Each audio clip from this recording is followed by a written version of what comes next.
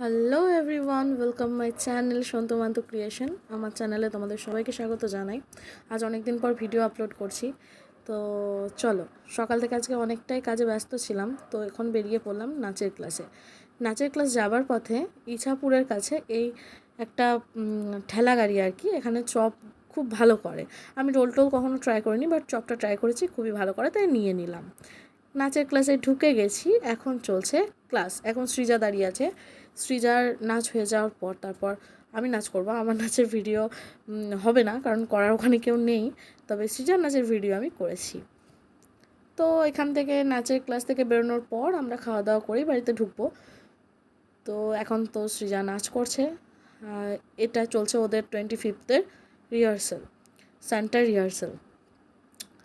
তো ওদের নাচের এই এটা হয়ে যাওয়ার পর, এই ইভেন্টটা হয়ে যাওয়ার পর তারপর আমাদেরও একটা প্রোগ্রাম আছে।